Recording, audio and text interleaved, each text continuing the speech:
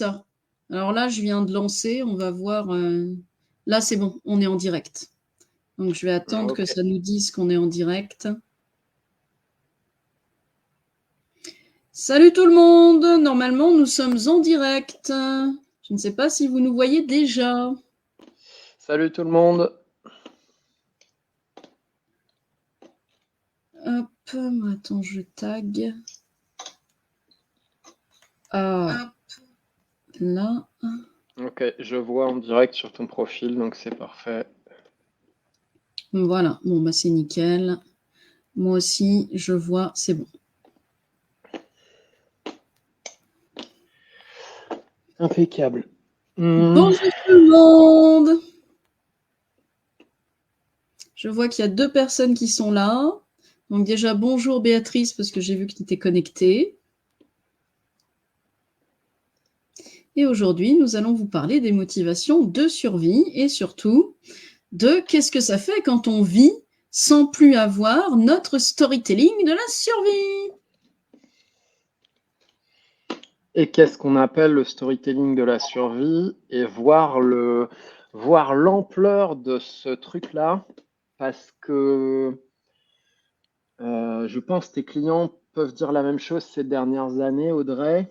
Moi, à la fin des coachings de mes clients, ils se disent tous et ils me disent tous, je pensais pas qu'on allait travailler là-dessus, dont j'avais pas conscience, et je ne pensais pas que ça aurait cet impact-là, c'est-à-dire que ça résolve les problèmes pour lesquels je viens.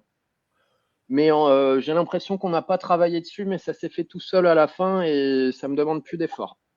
C'est exactement ça. Moi, c'est pareil. C'est on vient pour un truc. J'ai besoin d'être plus productif au boulot. J'ai l'impression que j'ai un problème avec ma visibilité dans mon entreprise. Ma vie n'a pas de goût et j'ai des projets et j'arrive pas à les mettre en œuvre. Et en fait, c'est pas du tout ça qu'on travaille. Ça n'est qu'un symptôme. Ou alors, oulala, j'ai pas d'argent, j'ai très peur. Mais non, en réalité, la dernière fois qu'il y a eu j'ai pas d'argent, j'ai très peur avec une cliente, on est allé travailler l'oppression d'être en vie, ce qui n'a strictement rien à voir avec le symptôme je suis oppressé parce que je n'ai pas d'argent. C'est hyper intéressant en fait de voir que notre storytelling de la survie, qui peut être, pour moi par exemple, ça va être en ce moment, j'ai besoin de paix et j'ai de l'administratif à faire. Qu'est-ce que ça montre? Et ben là, ça montre que chez moi, il y a un sentiment d'oppression. Mais je ne sais pas d'où il vient le sentiment d'oppression. Je vais aller voir ça avec ma thérapeute. Parce que s'il y a bien une chose qui est importante dans le storytelling de la survie, c'est que ça nous pointe un truc qui est là, qui n'est qu'un symptôme, mais c'est pas nous-mêmes qui allons pouvoir aller, pourtant en tant que thérapeute, aller voir le truc et faire salut, alors dis-moi tout. Bah non, c'est un storytelling de la survie. La survie, elle est là pour nous faire survivre. On va pas pouvoir aller à l'intérieur et faire alors oui, alors donc c'est pas un problème d'argent. Oui, alors en fait c'est il y a telle mémoire. Bah non, bien sûr que non, on peut pas. Ce serait cool, hein, mais c'est pas possible. On voit pas que c'est de la survie. C'est ça le truc le plus difficile, qui paraît très simple, dit comme ça, voir que c'est de la survie. Bon, une fois que tu vois que c'est un élan de survie, c'est-à-dire c'est un truc qui te fait croire, donc on en a plein à l'intérieur de nous, c'est un truc qui te fait croire que ça te protège et que ça te rend service, alors qu'en vrai, ça te fait souffrir. C'est une fausse promesse au début, mais c'est super facile à dire de l'extérieur ça. En vrai, des trucs comme ça, on en a une tonne, mais on ne voit pas que c'est de la survie. On est persuadé que c'est intelligent, on est persuadé que c'est vrai, et on est persuadé qu'il faut suivre cet élan-là et l'écouter et faire ce qu'il dit quelque part. Et c'est faux. Moi, je peux dire, moi j'ai un gros storytelling de je suis pas capable, je vais pas y arriver, c'est trop difficile depuis que je suis petit. Donc on pourrait dire de non confiance en moi, énorme depuis que je suis petit. C'est un storytelling. Il n'y a rien de réel là-dedans. Par contre, comme moi j'y crois depuis que je suis petit, donc j'ai des raisons pour lesquelles ce truc-là il s'est installé en carapace, en mouvement de protection. Je suis pas complètement con, genre je me suis mis ça sur la gueule, c'est con, ça me fait du mal. Non, c'est un truc intelligent au départ pour nous faire esquiver une douleur, une difficulté, des choses terribles ou horribles, ouais. Puis plus tard, ça devient vraiment un carcan qui nous hypnotise, mais on ne le voit même pas. C'est ça qu'on appelle storytelling. c'est un brouhaha en fond dans toutes nos journées, 24/24. On a un brouhaha qui dirige notre vie et on ne se rend pas compte que c'est un brouhaha. On est persuadé que c'est vraiment nous qui pensons et que ce qu'on pense, c'est vraiment vrai et que c'est utile. Et ah, mais comment je vais faire? Parce que c'est vrai que c'est vachement dur. Est-ce que c'est vrai que c'est vachement dur en fait, mon storytelling? Bah non, non, non. Par contre, si dès le départ, je suis persuadé que c'est vachement dur, je te dis pas les freins que je me mets, les difficultés que je me rajoute, la pression et l'espèce de lutte interne qui, de fait, rend le truc vachement dur, par contre. C'est ça. Parce qu'on va avoir un storytelling qui va exister sur qui je suis et qui je suis dans ce monde, qui je suis par rapport aux autres. Ensuite, on va avoir qui sont ces autres, c'est quoi ces autres, et ensuite, c'est quoi ce monde. Et donc, on peut aller remarquer ça, aller regarder chez vous, qu'est-ce que vous vous dites sur les autres, qu'est-ce que vous vous dites sur vous, qu'est-ce que vous vous dites sur le monde, et regardez comment ça change selon si vous vous sentez bien, si vous vous sentez oppressé, si vous vous sentez en colère. Sauf que ça va vous dire des choses qui sont des illusions de vérité, qui vous ont permis jusqu'à présent de survivre dans cette vie avec le bagage que vous aviez et qui s'est construit enfant, parce qu'on a ce qu'on appelle enfant des scénarios de vie qui vont se construire par rapport à ce que l'on perçoit de l'extérieur. Sauf qu'enfant, ce qu'on va percevoir de l'extérieur, c'est à hauteur de ce que l'on connaît de nous, des autres et du monde. Donc, on se balade avec ça, et après, on va pointer ça en disant, c'est ça le problème. Et c'est là où nous, on diffère d'autres accompagnements que vous avez pu voir, c'est qu'on va pas acheter votre problème en disant, ah oui, c'est ça le problème, attends, on va aller voir ça. Non, parce que aller voir ça, ce serait vous aider à faire un peu plus de ce que vous faites déjà. Quand vous venez au contraire nous voir avec ce que vous appelez une problématique, nous, ce qu'on va regarder, c'est comment cette chose-là s'est construite pour lui dire que ça, c'est un problème et que ça, c'est bien. Quelle est la base qui a permis à cette structure de se construire? Et cette base qu'on ne peut pas voir seule, puisque clairement, on l'a construit dans l'inconscient, on a rajouté des couches, etc. Et une autre manière de dire ça, c'est que tout ce brouhaha protecteur, vraiment protecteur entre guillemets, tout ce brouhaha protecteur, il nous a servi à avaler des pilules quand on était petit. Sans voir, au moment où on a mis ces trucs-là en place, pour clairement survivre dans des situations où émotionnellement c'était terrible, ou physiquement c'était terrible, ou mentalement c'était terrible, sans voir qu'on a mis ces protections en place. C'est-à-dire, on est tellement adaptable quand on est petit, il y a un truc terrible, il y a une pilule terrible à avaler dans la vie, c'est pas grave, quelque part, on la décale, on la fout un peu sous le tapis, on fait une construction autour, on s'adapte tout autour de ce truc-là pour pas vivre l'horreur. Le problème, c'est que ce truc-là reste, donc c'est très intelligent sur le moment, puis on fait ce qu'on peut quand on est petit. Le problème, c'est que ça reste et qu'après, quand on est adulte, on fait toute notre vie fonction de ça, sans voir fonction de quoi on fait notre vie. Et en fait, on galère de ouf et on ne voit jamais quel est le réel sujet de fond, en fait. On voit que les conséquences en termes de amour, gloire et beauté, j'ai pas assez d'argent, j'ai du mal dans mon taf, j'ai du mal dans ma relation amoureuse, etc. On ne voit pas que le fond de ces problématiques, c'est pas vraiment ça.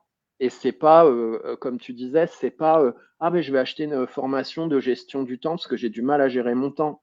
Pourquoi tu as du mal à gérer ton temps? Et en vrai, voilà, les racines sont là-bas. Et ce qui est difficile, c'est qu'il y a une débauche d'énergie dans ces mouvements de protection. Et il y a tellement d'énergie là-dedans que c'est inconscient. C'est ça. En fait, il y a ce que vous pouvez appeler le problème racine et tout ce que vous avez construit autour pour ne plus jamais le rencontrer. Sauf que ce que vous avez construit autour, au départ, vous n'allez pas forcément peut-être le voir parce qu'enfant, ça a été utile.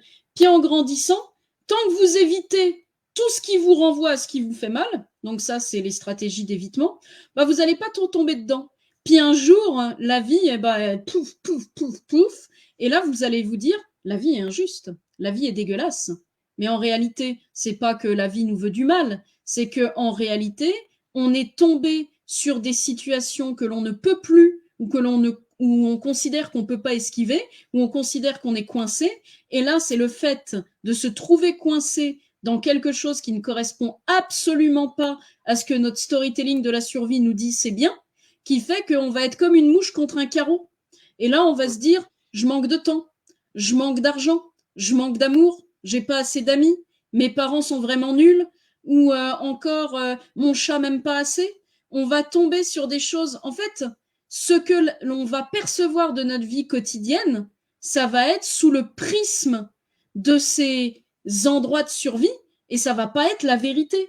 En réalité, on ne voit pas qu'on est sous l'hypnose d'une perception qui n'est pas ma perception du soi immanent, mais qui est ma perception qui a été filtrée par ce qui a été perçu enfant comme un danger, comme ce qu'il fallait pas faire, comme ce qu'il fallait fuir, comme ce qu'il ne fallait pas vivre. Et résultat, quand adulte, on tombe dans ah bah je vis ça, c'est injuste, c'est dégueulasse, la vie me trahit, les autres me trahissent.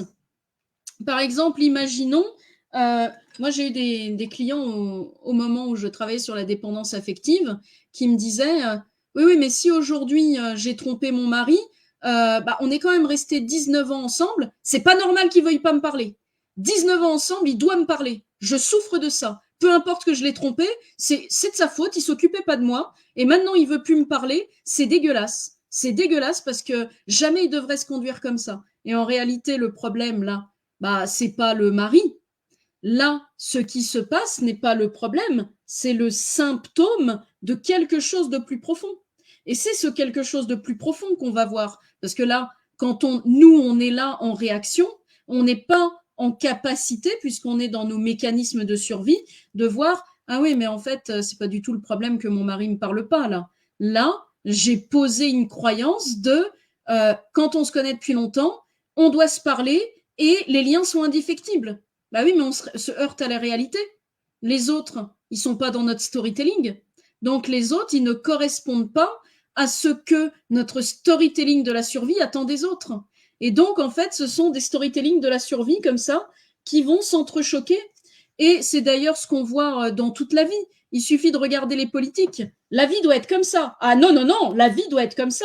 Ah ben moi, je vous dis que c'est ni ça, ni ça. La vie doit être comme ça.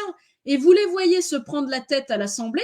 En réalité, j'ai tous envie de les inviter en stage. Mais non, les gars, il n'y a pas de problème. Et en tout cas, ça ne se situe pas là. Parce qu'en réalité, ce sont des choses à l'intérieur qui sont touchées.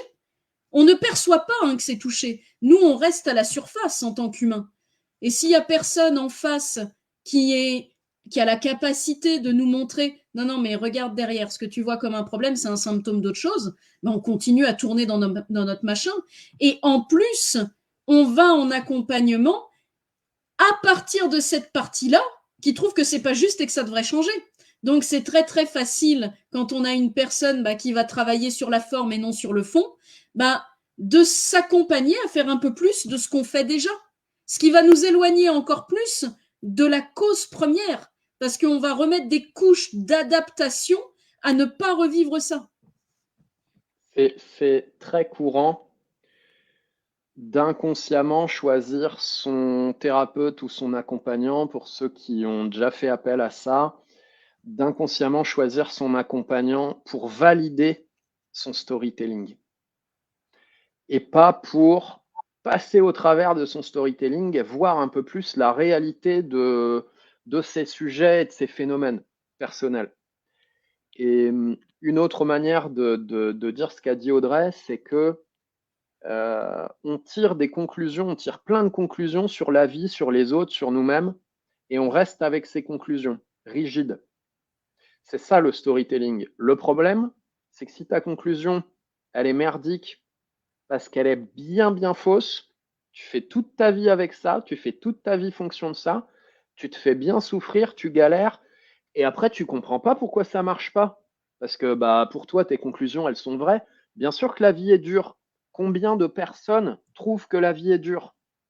Si je faisais un sondage et que les gens parlaient vrai, en réponse que le simple fait de poser la question dans un milieu de développement personnel, comme ça fait bien d'être heureux, la plupart des gens, ils vont me dire, ah non, moi je trouve que la vie est formidable. Oui, ça c'est la belle façade. Mais la réalité, quand on se parle cru, Tu trouves que la vie est belle, tu trouves que la vie est dure, tu trouves que la vie est comment? Mais le nombre de gens qui vont être dégoûtés de la vie et se plaindre de la vie, et moi, c'est là que ça m'intéresse. Quand c'est plus l'image que je veux donner pour faire l'espèce de bon élève un peu Instagram du développement personnel. Mais le nombre de gens qui trouvent que la vie est dure, moi-même, par contre, je sais que c'est de la merde. C'est Je ça, sais moi que c'est c'est une grosse pareil. projection. Quand je pense ça, quand je suis à fond là-dedans, je sais que c'est pas le vrai sujet et que c'est de la merde. Je sais que ça me détourne du vrai sujet. C'est une protection à me détourner du vrai sujet. Mais ça, c'est des années de boulot avant de pouvoir voir soi-même qu'on fait une projection, hein. Ça paraît très simple. On passe notre temps dans nos projections. C'est un truc de fou.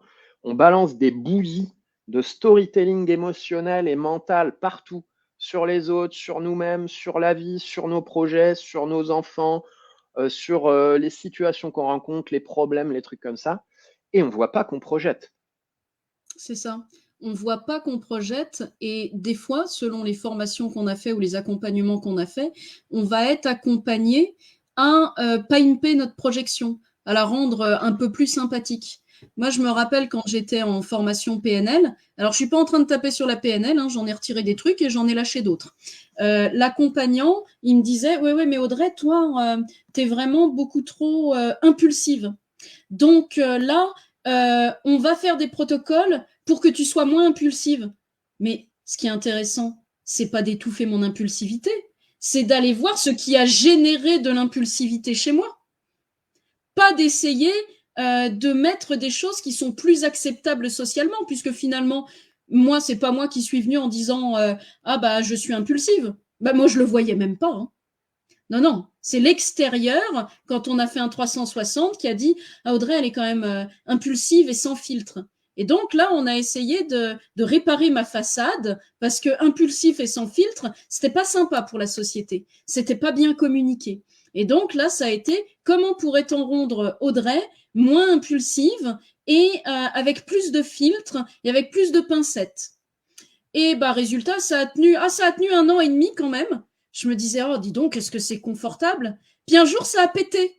Puis alors, c'est revenu, mais alors c'est revenu comme en 40. C'est logique, puisque quand tu essayes de changer quelque chose à partir d'un comportement, un comportement, il est adapté à une situation perçue.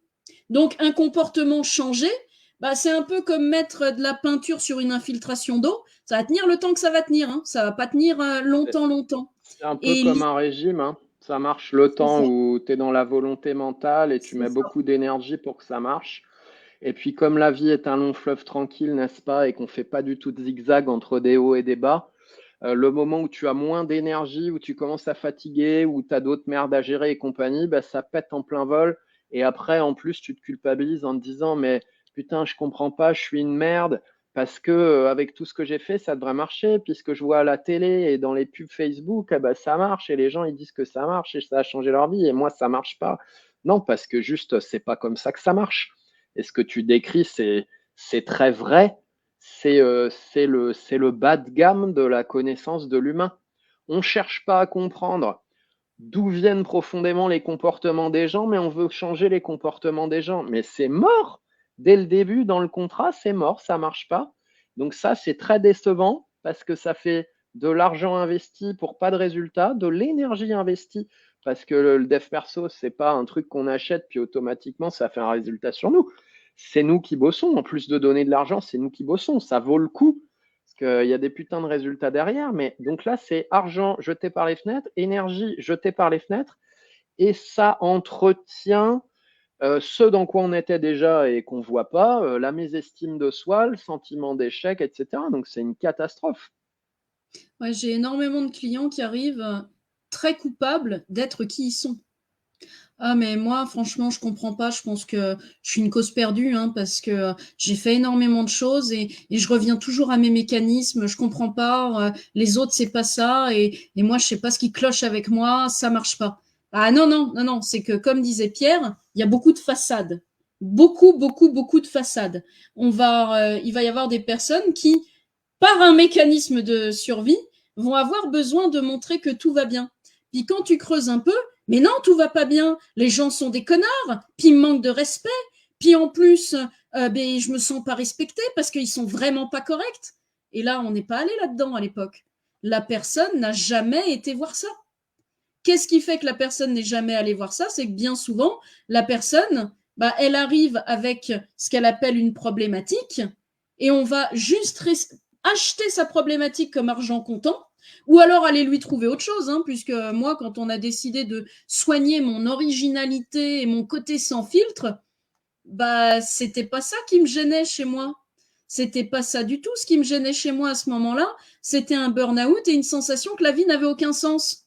Moi, j'avais jamais demandé qu'on essaye de me relooker, qu'on change mon alimentation et qu'on m'apprenne à parler autrement avec moins de gros mots et plus de filtres. Ce, effectivement, j'étais tellement mal à ce moment-là qu'on m'a dit ça va changer ta vie et que je commençais mon cheminement sur moi-même. Ah ben moi j'ai acheté, hein. Ça peut changer ma vie, ok, il n'y a pas de problème, je vais devenir quelqu'un d'autre. Puisque justement, dans cet espace de mal-être qui existait en moi, devenir quelqu'un d'autre était quelque chose de très envisageable, puisqu'être moi, c'était souffrir et trouver que la vie n'avait pas de sens. Ouais, pimp my life, il n'y a pas de problème. Mais évidemment, ça n'a pas marché. C'est le même système que l'école. C'est exactement ça qu'on retrouve dans le développement personnel et l'accompagnement.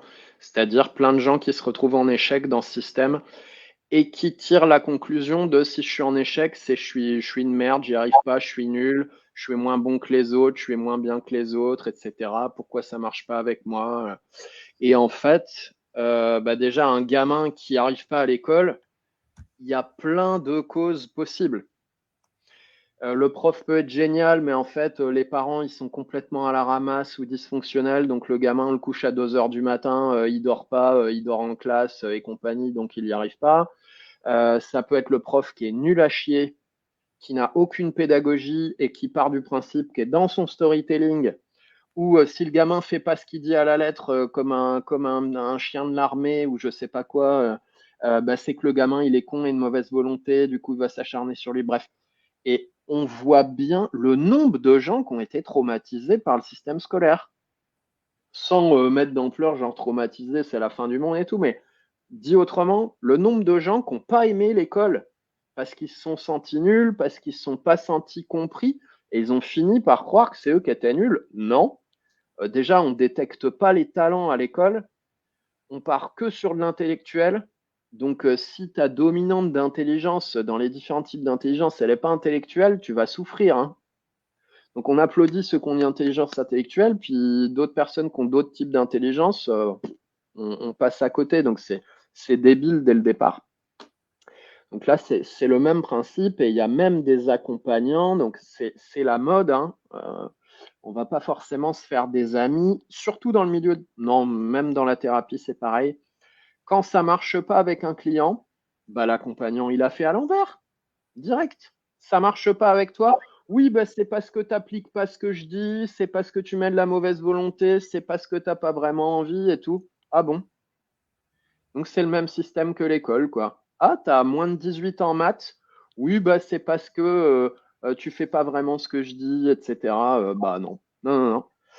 Et ça, c'est vachement destructeur. Et en vrai, Violent, hein.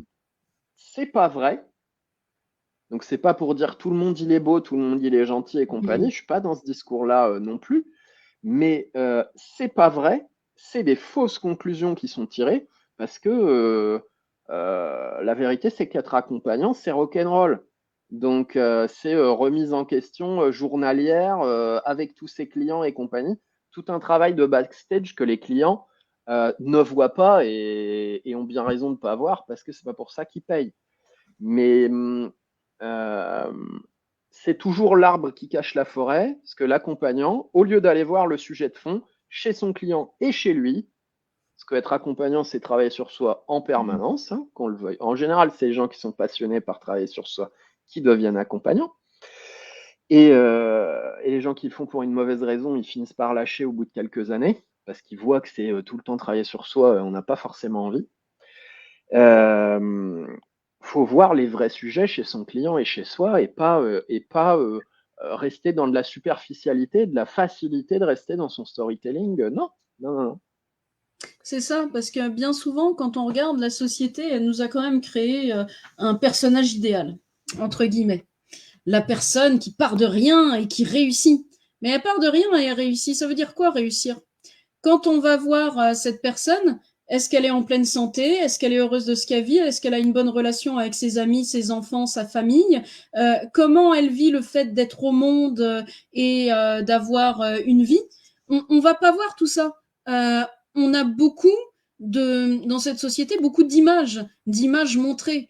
Ah putain, c'est tellement cool. Regardez, j'ai fait tant d'argent. On a pareil cette illusion des 10K. Mais sérieusement, l'illusion des 10K, déjà les 10K en France, vous retirez direct 2000 balles, c'est la TVA. Et généralement, quand vous êtes accompagnant, vous n'avez Les pas 10K, assez. c'est 10 000, hein, c'est pour Voilà. 10 000 euros.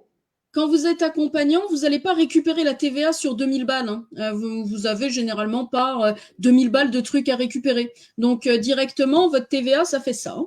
Ensuite, vous allez avoir selon ce que vous faites, selon la forme de société, soit on va vous prendre 22%, soit on va vous en prendre 35, soit on va vous en prendre 75. Et 35 et 75, c'est avant les impôts sur la société. Hein. Donc, il y a énormément d'illusions parce que l'illusion, ça parle à des états de survie du système nerveux. Et nous, ce qu'on veut faire, c'est vraiment sortir de l'illusion, sortir de ce que l'on croit qu'on doit être, de ce que l'on croit qui est bien, de ce que l'on croit qui est la réussite, pour vous accompagner à arriver à ce qui est vrai pour vous, à ce qui a du goût, à ce qui est vivant, et pas juste vous accompagner à devenir des nouveaux clones qui finalement vont être assez mal dans leur basket hors des écrans et qui aux écrans vont être oh, mais qu'est-ce que je vis dans ma vie comme perfection du vivant. J'ai encore eu un cadeau aujourd'hui. Mon chat s'est fait écraser. Mais non, arrêtez avec ça. Non, non, non, non, c'est pas vrai. Ce que vous voyez à l'extérieur, la plupart, ça n'est pas vrai.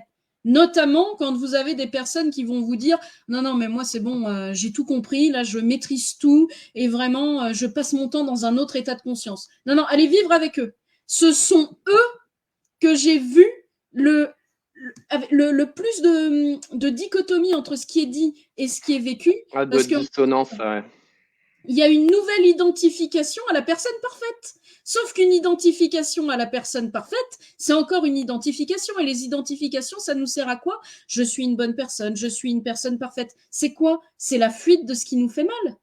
On C'est essaye ça. de fuir ce qui nous fait mal pour construire une autre identité. Et spoiler, ça marche pas. Mais ça marche pas du tout. Et pour rejoindre le sujet du storytelling et le prendre sous un autre angle, mais je complète ce que tu dis. Quand on voit le milieu du dev perso, c'est Hollywood partout. C'est des gens qui se filment devant une bagnole de sport qui est pas à eux. C'est des gens qui se filment devant une piscine. C'est des gens qui se filment dans une maison magnifique ou dans un lieu magnifique ou autre. Et c'est des gens qui sont en costard ou en robe de princesse ou en robe de mariée. Et en fait, ils sont dans un storytelling de dingue. Eux-mêmes, c'est finalement les idéaux de la société. C'est une espèce de brouhaha sociétal qui te fait croire que quand tu gagnes de l'argent, que tu as une grande maison, un Labrador, une meuf avec les seins refaits et une Ferrari, tu es heureux jusqu'à la fin de tes jours. Donc tout le monde gobe ça. What? C'est déjà gobé. Et en fait, la majorité des acteurs du dev perso, ils continuent de perpétuer ça.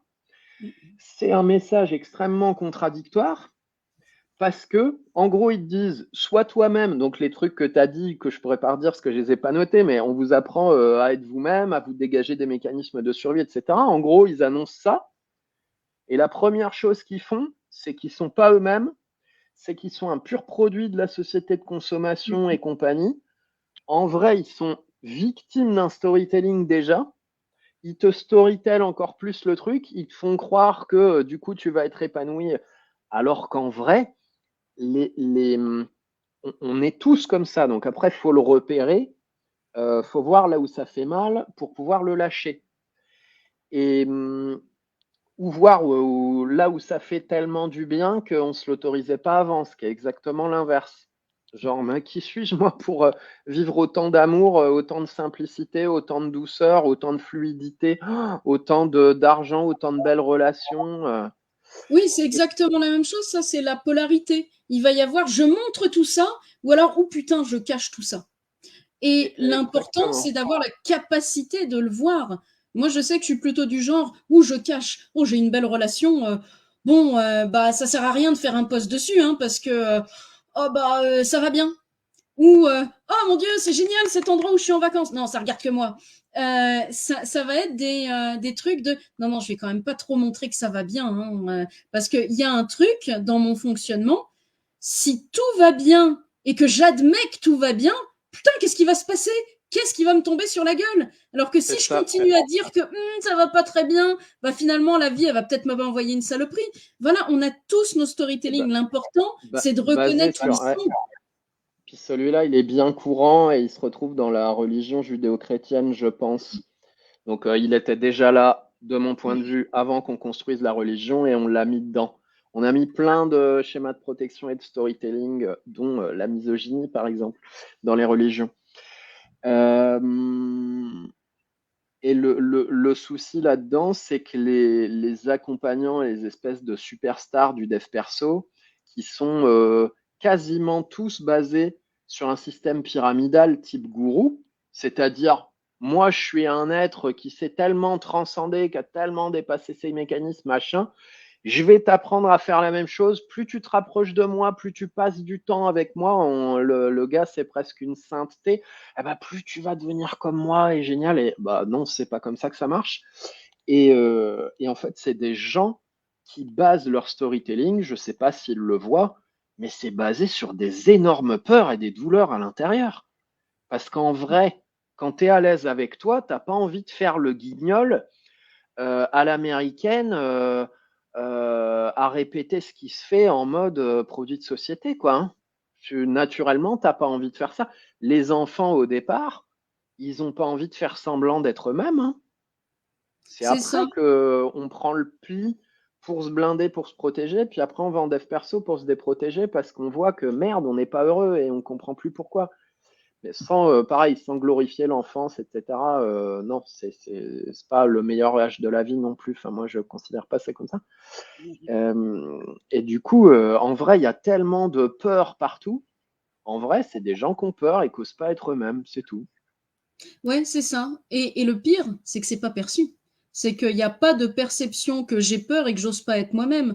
Je me rappelle que j'avais une cliente, elle m'avait dit, ah ouais, pour moi, il y a un truc qui est très très important, c'est la vulnérabilité pour mon audience. Puis on arrive sur un truc où elle travaillait sur, c'était quoi, développer la communication avec les enfants. Et elle me dit, ah mais ouais, mais moi, là, ce serait trop être vulnérable que de dire que des fois, j'engueule mes enfants. Ça, ma communauté, elle doit pas le savoir parce que c'est pas comme ça que j'ai envie de faire et c'est pas comme ça que je devrais faire et je devrais pas faire ça. Je dis, ah bah tiens, bah c'est intéressant. Là, on a un beau sujet. Non, non, non, je suis pas là pour bosser là-dessus. Ah bah c'est encore plus un beau sujet d'ailleurs parce que qu'est-ce qui fait que je veux être vulnérable mais ça, c'est trop vulnérable. Ça, on ne doit pas le voir. Donc, il y a une vulnérabilité de façade, puis ça l'est trop. Là, j'ai plus envie de montrer, ah oui, que là, tout va bien. Donc ça, c'était un peu l'inverse de moi. Moi, je préfère montrer, ah bah ça, j'ai traversé ça, et puis ça peut vous servir. Non, dire que ça va bien, oui, comme dit Annie, ouais, ouais, la malédiction de ou putain, tout va bien. Ouais. Et ce que tu disais tout à l'heure, à savoir vous apprendre à être vous-même, à retrouver vos fonctionnements naturels. C'est donc fonctionnement naturel, ça veut dire deux sujets. Qu'est-ce qui est naturellement moi et qui n'a pas été conditionné, et où sont les mécanismes de survie finalement qui me dévient complètement de mon naturel. Et dit comme ça paraît simple, mais ça veut dire qu'en vrai, c'est inconscient parce que au fond, l'énergie de survie en toi, qu'on a tous un espèce de truc animal, elle fait tout pour que tu le vois pas. C'est le principe, hein. Persuadé que sinon tu vas crever si jamais tu touches la racine du truc, tu vas y passer. Donc pareil, spoiler, non, mais on a tous peur de ça. Donc ça conduit à des gens qui ont même peur du développement personnel, peur de la thérapie, peur de la psychologie, peur de quoi que ce soit, où ils vont parler d'eux, ils ont l'impression qu'ils vont trouver le pire squelette dans le placard.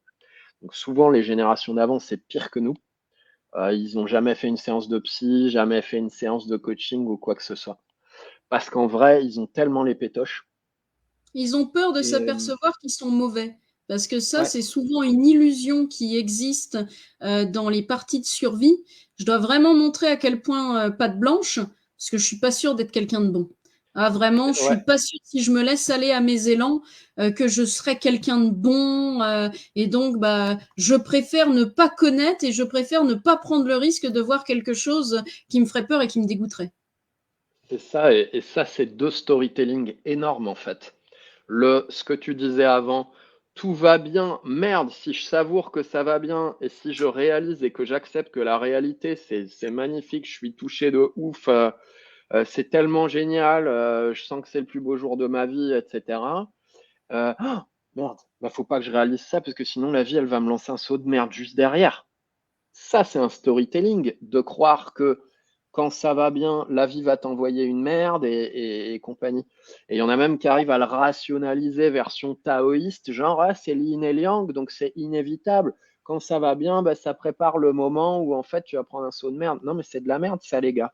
C'est vraiment le taoïsme récupéré par un storytelling intérieur qui dit, en gros, si je vis trop de choses chouettes dans ma vie, Dieu, il va m'envoyer un éclair ou il va niquer ma récolte. Oui. C'est aussi archaïque que ça. Et le deuxième storytelling, c'est je suis quelqu'un de mauvais et donc je dois me contrôler pour ne pas faire le mal autour de moi. Alors celui-là est bien implanté, hein. Et c'est un storytelling.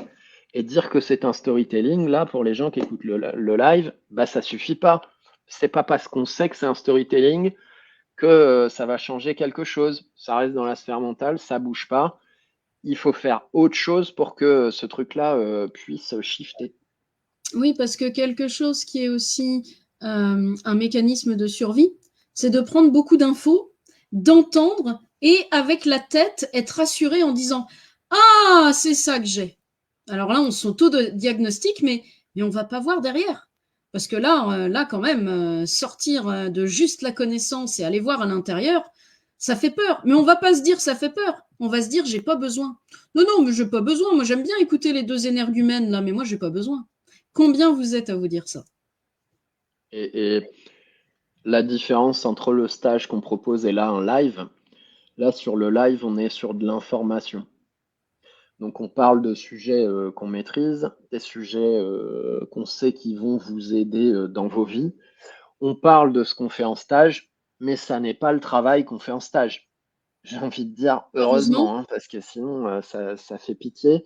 Mais en stage, non seulement il va y avoir de la connaissance bien plus poussée, bien plus précise que ça, mais on ne va pas s'arrêter à la connaissance, sinon il ne va pas se passer grand-chose non plus, vu que ce qui vous fait le plus galérer est inconscient chez vous. Extrêmement rares sont les personnes qui sont lucides sur ce qui les fait galérer. Euh, et oui, c'est qu'après, on va aller chercher ça, en fait. En coaching, nous, on va aller vous aider à toucher et on va tambouriner à l'endroit racine en dépassant toutes les protections qu'il y a autour. Donc, parfois c'est beaucoup plus agréable que ce que vous auriez cru.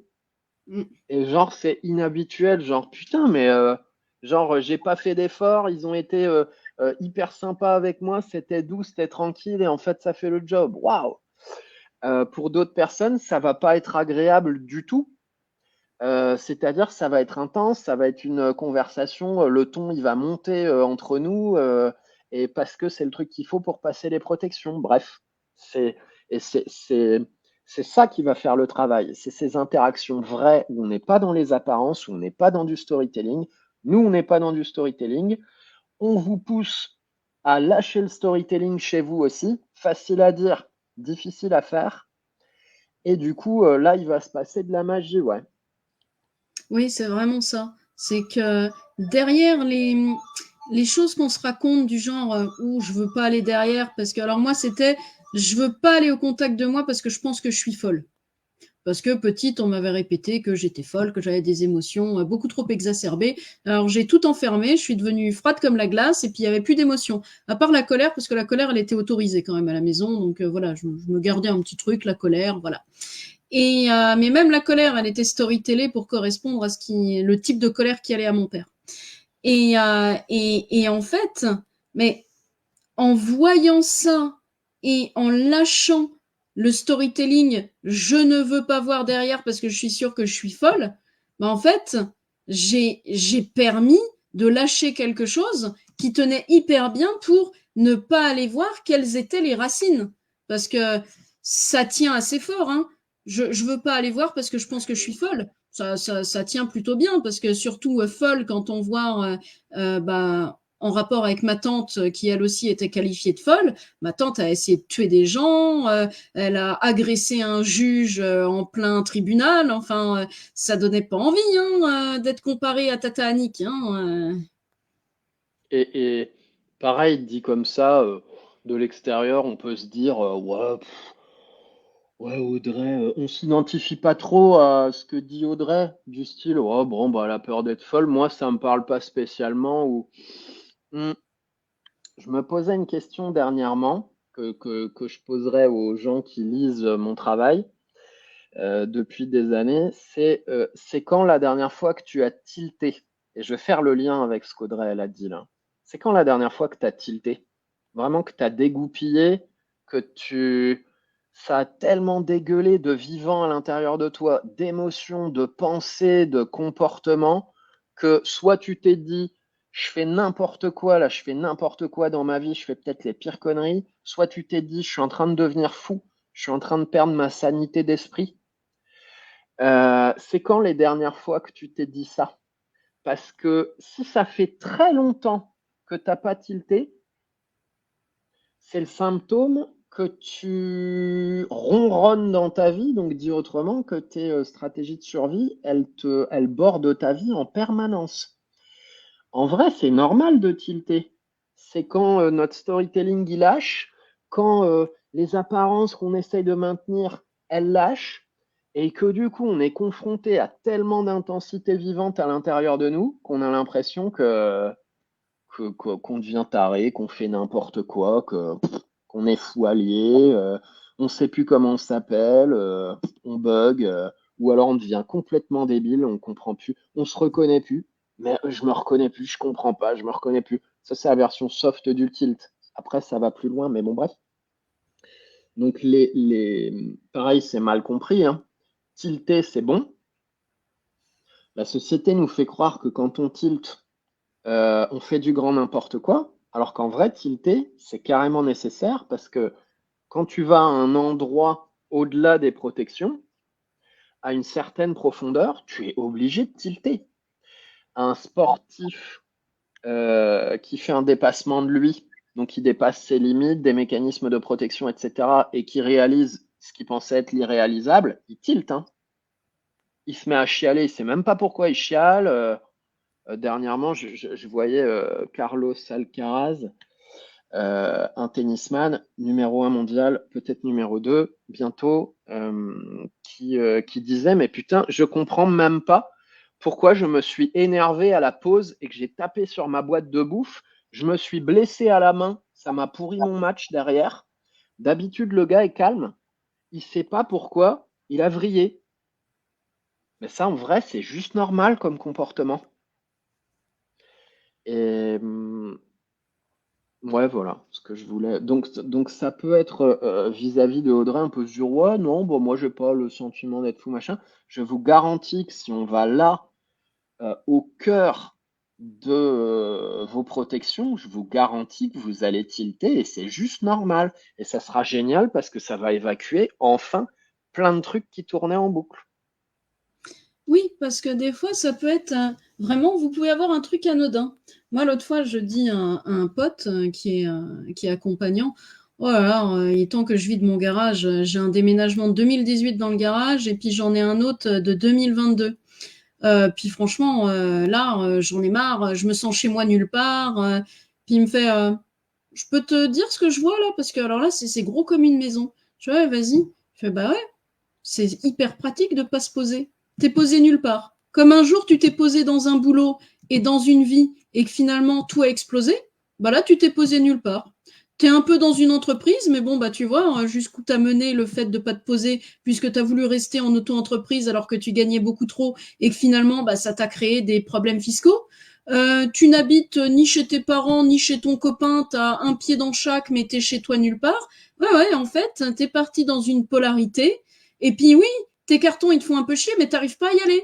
Parce qu'en réalité, il y a quelque chose derrière ce vider les cartons. Bah oui, parce qu'il y a vider l'ancien, il y a préparer le nouveau. Puis là, c'était pas d'accord chez toi. Il y a une partie pour qui c'est très confortable de vivre en suspension et d'être posé nulle part. Donc finalement, on peut avoir des choses cachées derrière des choses, mais toutes petites qu'on n'imaginait pas. Hein. Puisque moi, j'étais juste en train de lui dire, bon, allez, septembre, là, il faut que je m'y mette. Et il me dit, ça fait combien de temps qu'il faut que tu t'y mettes à tes cartons? Oh, bah, 5 ans pour l'un et puis 1 an et demi pour l'autre. Et en fait, c'est dans des non-actions comme ça qu'on va pouvoir voir quelque chose. Ou alors, oh là là, là j'ai envie d'arrêter le sucre, mais j'y arrive pas. Ah, j'ai envie de commencer telle activité sportive, mais je commence pas. Et c'est à partir de ces choses qui peuvent paraître extrêmement anodines que nous, on va aller creuser dedans.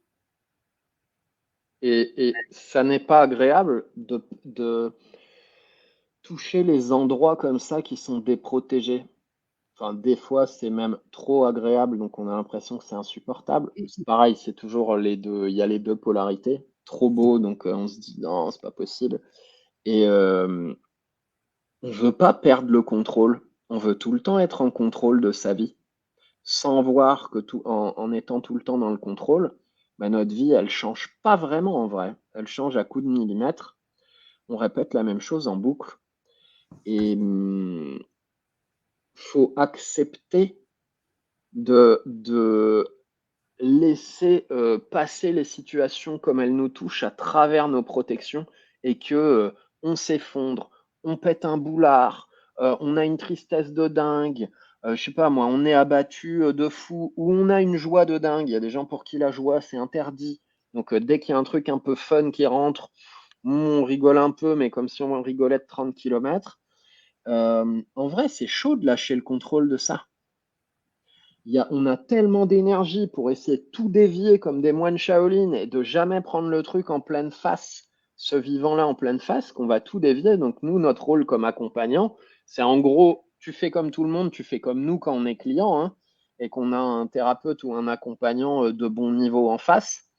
Tu essaies de dévier les choses, tu es quand même venu en développement personnel, donc tu essaies de moins dévier, mais tu dévies quand même. Et l'accompagnant, il est là, boum, en ligne droite, en ligne droite, en ligne droite, en ligne droite, en ligne droite, jusqu'à ce qu'à un moment, tu lâches le contrôle ou que tu craques, que ça arrête de dévier. Ça peut être jugé insupportable, mais putain, derrière, rien ne sera plus comme avant. Vraiment. Donc ça fait partie du job d'accompagnant et ça fait partie du job en stage. C'est ça, parce que souvent vous arrivez avec un truc où vous vous dites non mais ça c'est insignifiant. Moi je me rappelle sur la problématique du contrôle que je nommais évidemment pas contrôle. Hein. Je disais à ma thérapeute mais c'est pas possible, j'arrive pas à faire plusieurs choses en même temps. Impression que ma vie m'échappe là, quoi que je fasse, j'arrive pas à bien m'organiser et tout. Et en fait, ce qui se passait et qui chez moi n'était pas vu, c'est que le contrôle était tellement ancré en moi que là il y avait des situations qui faisaient que tout n'était plus contrôlable, donc je ne me sentais plus en paix parce que c'était pas contrôlé. Et donc le vrai problème, c'était pas comment mieux m'organiser. Le vrai problème, c'était quel est ce rapport au contrôle qui envoie une fausse sensation de paix, alors qu'en réalité, c'est en train d'étouffer la vie et c'est en train d'essayer d'empêcher la vie de rentrer par où elle a envie de rentrer et de faire un non. Alors ça, c'est non. Hop, je vais me dévier hop, je vais me dévier, alors je vais éviter ça. Et puis à un moment, bah, ça rentre par tous les côtés. Et là, bah, tu essayes d'arrêter le truc en disant, mais putain, j'arrive plus à m'organiser, je sais pas, qu'est-ce que j'ai mal géré. Alors qu'en réalité, c'est absolument pas comment mieux gérer. Là, c'est faire un peu plus de ce qu'on fait déjà. La vraie question, c'est quel est le rapport au contrôle? Que cache le contrôle? Que protège le contrôle? Qu'est-ce que vient éviter le contrôle? Qu'est-ce qui ne doit pas être vu en dessous? Et qu'est-ce qui a installé ce contrôle pour permettre de survivre de la façon la moins pire? Mm. Et dans mon jargon à moi, la peur gigantesque qu'il y a sous la tonne d'énergie mise dans le contrôle. Et dit autrement, les gens qui sont dans le contrôle, donc moi je suis à la base énormément dans le contrôle, c'est des gens qui vivent dans leur tête en vrai. Tu passes ton temps à réfléchir, à analyser, à avoir un radar pour voir ce qui se passe, à imaginer ce que tu ferais, ce qu'il faut faire et compagnie, par rapport à être dans la réalité et faire ce qui vient et être touché par ce qui te touche et voilà, en direct. Combien de fois, moi ça m'est arrivé pour des dates, donc maintenant je le fais plus, ça y est, 38 ans. Combien de fois je m'imagine la scène en me disant, ok, alors en fait, il va certainement se passer ça, puis en fait, je vais dire ça, et ah, il faut que je dise ça, hein, je me prépare à l'avance. Ah, et puis si jamais la personne, là, je pense pas à un date, mais quelqu'un qui me doit de la thune ou je sais pas quoi, puis j'avais peur d'aller lui réclamer et tout. Ouais, puis si jamais il me gueule dessus, alors ouais, ben j'ai ça comme argument, machin. Puis en fait, entre ce que tu prévois, puis comment ça se passe, mais ça n'a rien à voir avec la choucroute. Mais tu as passé une heure avant ou des jours avant à te prendre la tête, à imaginer ce que va être la vie, à imaginer comment il faut que tu réagisses, surtout parce qu'en vrai, tu as peur de ne pas y arriver et compagnie. Quelle débauche d'énergie.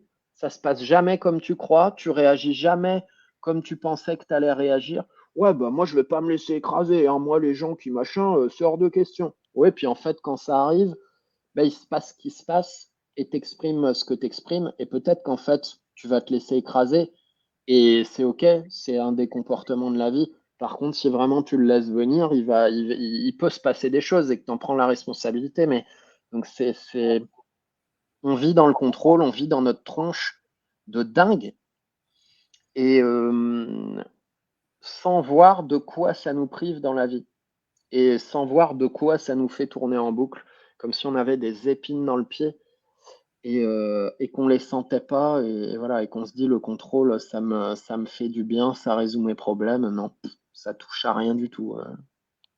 Ouais, parce que le contrôle a bien un sens pour s'installer au niveau système nerveux.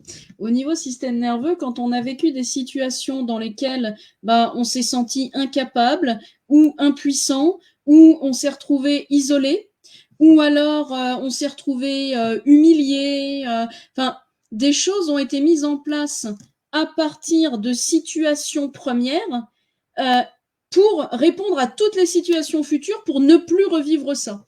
Parce que ça, c'est vraiment douloureux, douloureux, ça fait super mal.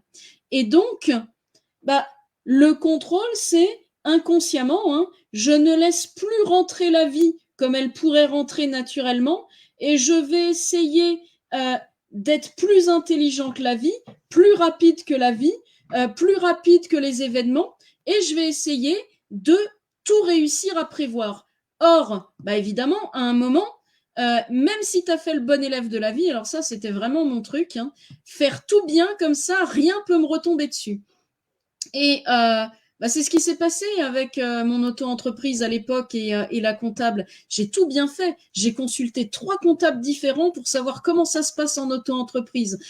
J'ai appelé les impôts pour certaines choses, pour vraiment que tout soit fait en pleine sécurité. Donc, je me sentais en sécurité. Et les 3 comptables ont fait la même erreur. Et là, à ce moment-là, bah, il y a eu, alors c'est ce dont tu parlais là, Pierre, les tilts. Euh, j'ai été foudroyée dans l'absurdité à la fois du contrôle, mais l'absurdité du contrôle n'a pas été vue par une partie de présence à la vie. L'absurdité du contrôle a été vue par la partie qui contrôle tout et qui a constaté, mais en fait, la vie n'a aucun sens. Je n'ai aucune prise sur la vie. Et donc, bah évidemment, je suis arrivée avec ça chez ma thérapeute et on a été voir la chose de l'autre côté. Bah non, là, tu es en train de voir la limite d'essayer de tout prévoir dans ta vie comme une bonne élève de ta vie, en priant la vie, de pas être méchante avec toi parce que tu as tout fait bien. Ton comportement avec les impôts, c'est ton comportement dans la vie. À essayer de ménager la chèvre et le chou, d'être une bonne personne, d'être gentil. Ah ok, t'as des coups de gueule, mais ils sont quand même pas bien méchants. Et puis contre des personnes méchantes telles que tu les perçois, donc ça va dans le référentiel construit. Et en réalité, à un moment, quand tu arrives à un contrôle qui est à la fois posé sur plein de choses que tu ne vois pas parce que tu ne vois pas d'à partir d'où il part, bah ouais, à un moment, tu arrives où la vie, elle va te balancer un truc. Alors, tu l'avais prévu celui-là, pourtant, tu as tout bien fait. Hein. Là, tout était prêt pour être comme sur des roulettes.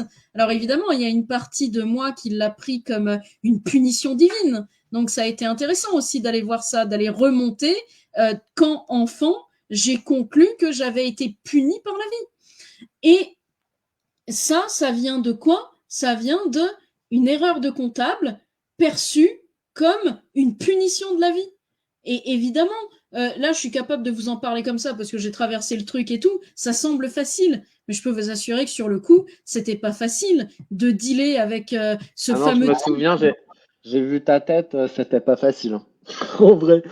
Et oui, puis enfin, vous verriez ma tête quand je suis en train de tilter. Non, c'est le principe d'un tilt, c'est pas facile, clairement. C'est quelque chose où ce qui va aider, et moi ce qui m'avait aidé à un moment avec ça, c'est Pierre est resté en présence avec moi, ce qui m'a permis de me désidentifier, de me décristalliser de la situation, de reprendre l'observateur, d'être dans une présence globale et plus complètement infecté entre guillemets par cette narration très douloureuse. Et c'est comme ça que ça a permis au fur et à mesure de bouger. Et pourquoi cette situation-là a été vécue moins douloureusement qu'elle l'aurait été à d'autres moments? Parce que c'est quelque chose que j'ai l'habitude d'avoir mis en place, cet observateur. Et ça, c'est quelque chose qu'on veut vous apprendre en stage pour vous permettre, vous aussi, progressivement, non pas d'aller déloger l'inconscient, puisque ça, non, on va pas pouvoir le faire tout seul comme ça, mais d'aller au moins poser le regard pour sortir de je suis identifié à ce que je crois être, à ce que je crois vivre et tout, et sortir de là et voir le tableau dans son ensemble. Et comme ça, Avec du concret, des exercices corporels, des exercices écrits qui permettent de repérer ce tas de projections qu'on fait et dont on ne voit pas que c'est des projections. Donc là, ça permet de comme les regrouper, voir la quantité qu'il y a et faire waouh! Ah putain! Ah, et en vrai, mon storytelling, c'est ça. Eh ben, dis donc, tu m'étonnes que j'en chie derrière. Et ce que tu as décrit, c'est un classique des relations, hein. J'ai peur d'être moi-même. On l'a tous, hein. Celui qui me dit qu'il a pas, perso, je rigole. Euh, j'ai peur d'être moi-même, j'ai peur de m'affirmer comme je suis. Exemple, la dernière part du gâteau. Ah, le gâteau, il a été coupé, puis il reste la dernière part. Toujours marrant qu'il reste la dernière part. Donc, personne n'assume de prendre la dernière part du gâteau. Tout le monde se regarde. Ouais, mais quand même, faut être gentil avec les gens. Ah, storytelling. Si je suis gentil avec quelqu'un, donc dit autrement, si je tape sur la gueule de ce que j'ai vraiment envie, de mon naturel et de l'affirmation de simplement être moi, qui s'oppose à rien ni à personne, hein, c'est juste simplement être moi. Si je me mets un frein et que je me diminue, eh ben alors les autres ils vont faire pareil. Et du coup, on sera tous dans un monde de gentils ou non, non, non, non. Et dans les relations, c'est pas quand je fais des efforts à pas être moi-même, ça va pas être symétrique ou l'autre il va faire la même chose pour que ça se passe bien. Dit autrement, c'est pas parce que je suis en stratégie d'évitement, parce que moi j'ai peur de certaines énergies en moi comme l'affirmation, une forme de puissance, de poser mes limites, etc. C'est pas parce que moi je me censure que les autres ils vont se censurer. Et du coup, il y a énormément de storytelling dans les relations. Ouais, mais moi, après tous les efforts que j'ai fait pour toi, ouais, qui c'est qui t'a demandé de te censurer d'être toi et de faire des efforts dans l'espoir que la relation serait meilleure? C'est de la merde, ça, en fait. Et surtout, il y a un truc que je remarque, c'est, tu sais, souvent les gens vont dire ne fais pas aux autres ce que tu voudrais pas qu'on te fasse. Oui, sauf que ce que toi tu voudrais pas qu'on te fasse, c'est parce que l'autre il voudrait pas qu'on lui fasse. Du Puis, coup, il du coup, faut on va voir se d'où ça vient retrouver. aussi, hein. Faut Oui, voir c'est d'où ça. ça vient. Si c'est une C'est ça, stratégie c'est que d'évitement ou si ça, c'est un vrai ça respect de peut soi, hein. être, bah ça peut être une super storytelling de survie de, alors moi, je vais être la gentille personne, je vais pas faire aux autres ce que j'ai pas envie qu'on me fasse. Ouais, sauf que les autres, ça se trouve, ils s'en battent les couilles de ce qui pour toi est important. Parce que les autres, pour eux, ça va être, moi, je fais pas aux autres ce que j'ai pas envie qu'on me fasse, et ça va être totalement différent. Alors, on va se retrouver avec deux personnes qui ne se font pas ce qu'ils ont pas envie que soi-même on leur fasse, mais ils se seront pas parlé pour dire, bah moi, mes valeurs importantes, c'est ça, ça, ça, et ça, si ça se passe dans la relation, ça la casse. Non, non, ils vont partir sur la projection que ce qui est important pour eux est important pour l'autre aussi. Et du coup, il y a plusieurs choses dans ce que tu dis. Un, il y a la communication où dès qu'on est en relation avec plus que soi-même, c'est absolument nécessaire de communiquer parce qu'on est tous différents, parce qu'on a des besoins différents, parce qu'on est des naturels différents, parce qu'on a une vision de la vie différente, parce qu'on a des aspirations différentes, etc. Et deux, ce dont je crois avoir besoin n'est pas forcément ce dont je crois avoir besoin. Ça peut aussi être une énorme stratégie d'évitement, tellement énorme que je crois me respecter. C'est un des pires trucs, je suis en train de voir ça en ce moment pour moi. J'ai des zones de moi, je crois que je me respecte et je crois que certaines choses me font du mal. C'est complètement inversé et vrillé. C'est-à-dire les choses que je crois qui me font du bien, qui me rassurent, qui me temporisent, ça me baise la gueule, ça me martyrise. Et les choses que je crois qui sont dures pour moi, qui sont ou qui sont méchantes, en vrai, ça me fait du bien. C'est grave fucké là-dedans. Et Oui, il y a c'est les vraiment pas identités de ce service, qu'on ça, se hein. donne. Moi, je m'étais donné l'identité depuis longtemps, qu'on m'a bien aidé à prendre enfant. Ah, Audrey, c'est une précieuse, aime pas vraiment aller dehors. Puis alors, Audrey, on la verra jamais en camping. Donc, quand mon copain m'a dit, tiens, bah, tu viens, on va s'entraîner à une pêche de nuit parce que tu viens avec moi en septembre, je me suis dit, bon, bah ouais, j'y vais, hein, parce que j'ai dit que j'y allais. Et en fait, j'y suis allée par loyauté, parce qu'en plus, il pleuvait.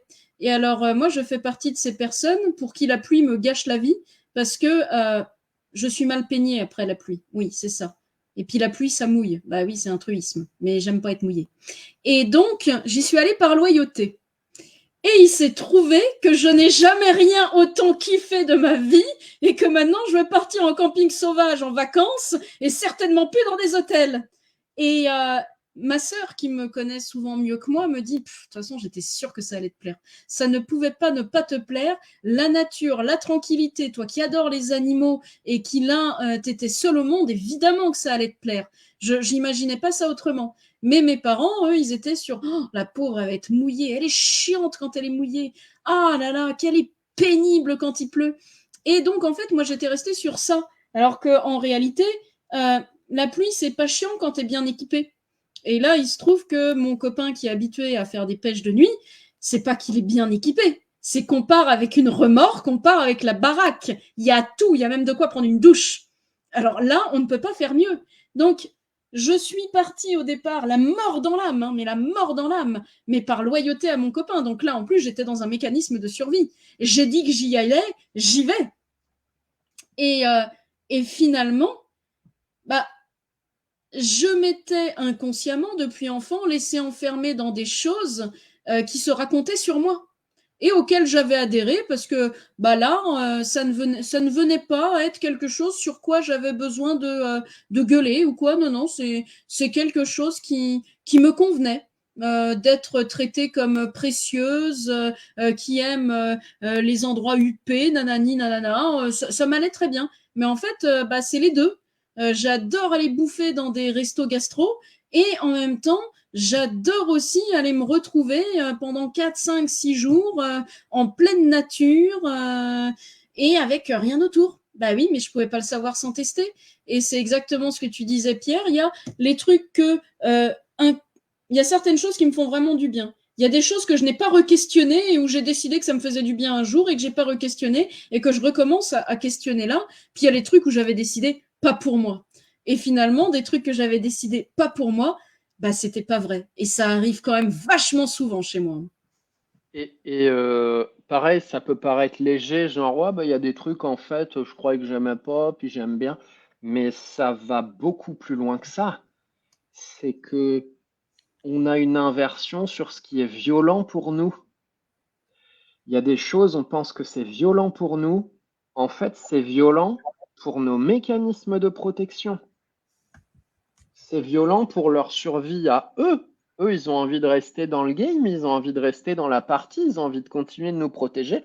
C'est eux qui se sentent menacés. Mais qui on est vraiment? En vrai, ça nous fait méga du bien. Ça, c'est les moments les plus chauds.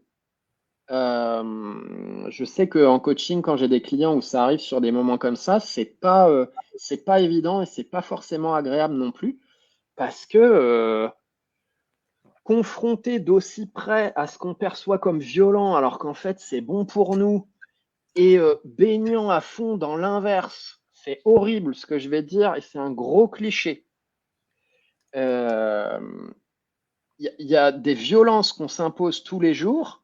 Mais c'est comme la grenouille dans la casserole d'eau, là, avec la température qui monte progressivement. Elle ne se rend pas compte qu'elle n'est pas bien, puis à la fin, elle crève. Alors que si on fait passer de 0 à 100 l'eau, elle saute direct de la casserole. On est tellement persuadé qu'on se respecte et que ça nous fait du bien, alors qu'en vrai, on se détruit en faisant ce genre de choses. Je peux te dire, les gens qui se droguent de base, aucun jugement là-dessus, hein. Les gens qui se droguent de base, ils pensent se faire du bien et se rendre service, et c'est pas une blague, parce que ça les aide à fuir une douleur à l'intérieur, ça les aide à s'anesthésier, ça les aide à voyager dans une sphère psycho-émotionnelle qu'ils ont moins l'habitude, etc. Donc ça fait du bien, mais en vrai, ils sont déjà en train de se détruire. Euh, Si une personne qui a l'habitude des hommes violents, par exemple une femme qui a l'habitude des hommes violents, mais si c'était facile comme sujet, et si ça confrontait pas à une douleur à l'intérieur, à quelque chose qui est fucké sur la violence, comme on en a tous, moi perso j'en ai, et à des mécanismes de survie, bah, il suffirait que la femme, elle se dise, ah bah en fait c'est une grosse merde, le mec en face, mon mari c'est une grosse merde et il est violent et il est méchant, bah je me casse. Ouais, quand tu n'as pas cette douleur-là à l'intérieur, quand tu n'as pas ces mécanismes de survie-là, tu vois ça de l'extérieur, tu te dis, bah moi, je ne vivrai jamais ça, et c'est vrai. Mais quand tu as des trucs comme ça, c'est pas aussi simple que de dire à la personne, quitte-le, c'est une merde. Non, parce que tu vas te remettre à être attiré par des gens qui vont te taper, en fait. C'est ça qui est terrible.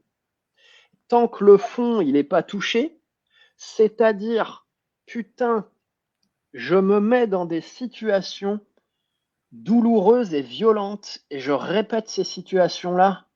Et il y a un truc en moi qui me fait croire que les trucs violents, c'est bon pour moi, putain. Mais tant que ce truc-là, il n'est pas touché, ça peut pas être pérenne chez la personne. On pourrait la kidnapper, la mettre dans un autre environnement en lui disant on la sauve d'un connard, et des fois c'est ce qu'il faut faire, hein. Par contre, si le travail intérieur n'a pas été fait, la personne va se rediriger vers des gens violents puisqu'elle est persuadée que ça lui globalement, dans le rapport bénéfice truc de merde, ça lui est favorable. Oui, c'est ça, c'est selon ce à quoi on a été habitué. Notre système nerveux, il a ce qu'on appelle une fenêtre de tolérance. Et donc, ce qui est connu, même si c'est pas sympa, c'est quelque chose qui est tolérable. Moi, je me rappelle que j'avais aucun problème à ce on s'insulte avec mes ex à une époque, parce que bah, chez moi, mon père, il m'insultait. Donc, c'était quelque chose qui n'était pas vu comme méchant. Par contre, il y a un truc qui était intolérable pour moi, parce que même si ça existait dans mon référentiel enfant, c'était les coups. Parce que ça, j'ai jamais toléré, j'ai toujours trouvé ça ignoble, et il n'y a rien qui est venu justifier qu'on frappe quelqu'un. Jamais. Ça s'est pas construit. Mais par contre, chez quelqu'un chez qui ça se serait construit, il n'y aurait eu aucun problème à la violence. Et moi, je vais prendre du coup la polarité inverse que j'ai suivie. Je voulais pas de violence. Et finalement, l'inverse de la violence a été quoi? J'ai rencontré des gens qui me manipulaient, mais j'étais complètement d'accord. Et j'étais même... alors moi, je ne trouvais pas d'ailleurs qu'ils me manipulaient, hein, puisque en gros, il y avait quelque part une partie de moi qui était d'accord avec cette transaction, parce qu'à l'époque, j'avais pas mal d'argent. Prends mon argent et sois gentil avec moi. Parce qu'il y avait une partie de moi qui était tellement persuadée que de toute façon, on ne pouvait pas m'aimer pour moi-même, que si on était gentil avec moi en échange de mon argent, ça n'était absolument pas un problème. Je suis restée une dizaine d'années dans une relation comme ça, et je n'y ai pas vu le mal jusqu'à ce que la personne me trompe. Alors ça, ça c'est un truc, alors ça c'est, chez moi c'est comme ça, peu importe d'où ça vient, bref. Et ça a été, ok, tu m'as trompé, là, ça a été réglé. Mais je lui ai filé du pognon, je lui ai filé des bagnoles. Oui, alors 10 ans, mais entre-temps, on vivait pas ensemble. Hein, c'est-à-dire que il faisait des allers-retours en prison. Moi, je vivais à Lyon, il vivait à Strasbourg. Disons que pendant les 5 ans où j'étais à Lyon, on s'est vu 3-4 fois. Et donc, il y avait quelque chose de très confortable pour moi aussi d'être avec un fantôme. J'avais la 10 ans, sensation 10 d'être ans, avec... ça fait long, mais je vous mets tous au défi, hein. Si vraiment on regardait vos vies, je vous garantis qu'il y a des trucs sur lesquels vous vous auto-maltraitez pendant plus de 10 ans, hein. Parce que à ce moment-là, on n'est pas en train de voir qu'on on souffre pas. C'est plus supportable qu'autre chose. C'est pour ça que souvent, on voit des gens qui sont dans des relations où nous, on voit « Oh putain, je pourrais jamais supporter ça ». Oui, c'est parce que moi, je pourrais jamais supporter ça. Quand je vois ma meilleure amie, elle était avec un type, et ben moi, j'aimais pas comment se comportait le type. Là, je n'aurais jamais pu. Parce que justement, il n'avait pas tous ces mots gentils, ce blablabla qu'avait mon ex. J'aurais pas pu ne pas avoir tout ce blablabla. Moi, en gros, je l'achetais mon blabla. J'achetais ma sensation d'être aimé, parce qu'il y a quelque chose en moi qui était très installé de survie. De toute façon, l'amour n'existe pas. On ne peut pas être aimé. J'ai vu qu'on pouvait acheter les gens pour qu'ils nous aiment. J'achète quelqu'un pour qu'il m'aime. Il y avait, ça n'était pas un problème pour cette partie de moi. Ça n'a pas été 10 ans de souffrance. Ensuite, effectivement, en regardant des mécanismes, etc., j'ai vu que c'était de la survie, mais ça n'a pas été 10 ans de souffrance. Parce que j'ai un fonctionnement assez intolérant à la souffrance. Ah, j'aime pas ça, moi je suis plutôt dans l'évitement. Je vais éviter ça, donc je serais jamais resté 10 ans en souffrant. C'est-à-dire que, par exemple, quand j'ai rencontré des gens qu'on appelle pervers narcissiques, alors qu'en réalité, ce serait plus des gens manipulateurs et culpabilisateurs, oh putain! Ah, mais ça, c'est mort avec moi. Hein. Tu ne me culpabilises pas, tu me dis pas que je suis nulle, tu me dis pas que je devrais être autrement. Ça ne pouvait pas prendre. Alors que chez des personnes qui ont eu l'habitude de répondre aux besoins et qu'on leur dise qu'elles sont nulles et qu'elles sont pas assez et qu'elles, elles étaient en suradaptation, à l'inverse de moi où j'étais dans le rejet de ça, ça marche très très bien pendant des années. Jusqu'à ce que la personne demande un truc de trop, ou alors que l'autre commence à ouvrir un peu un regard nouveau, mais ça peut marcher très longtemps, ce type de relation. Fuis-moi, je te suis, je te donne, je te reprends, sois un peu plus ce que j'espère que tu sois, parce que là, c'est quand même pas assez. Et puis, si t'es pas exactement ce que tu m'avais promis que tu serais, je te quitte. Ça peut marcher longtemps. Effectivement, pas avec tout le monde. Moi, je suis le type de personne avec qui ça peut pas marcher. Par contre, j'étais le type de personne avec qui pouvait marcher. Dis-moi tous les mots doux possibles, soit d'une gentillesse extrême avec moi, puis je te file mon fric. Et là, tu parles a posteriori avec de la lucidité parce que Mm. tu as fait un travail sur toi. Oui, ah oui, oui, Mais sinon je n'aurais pas faut vécu bien se pareil. dire, du coup, ça paraît simple quand tu le dis. Faut C'est bien se ça, dire que le principe des choses qui nous font galérer, c'est qu'on n'a pas une vraie lucidité dessus. c'est Ni ça. une lucidité observatoire de voir les choses, ni une lucidité sensorielle de ressenti de son corps, de vraiment ressentir ce que ça nous fait vraiment. Donc on galère, donc ça prend du temps, etc.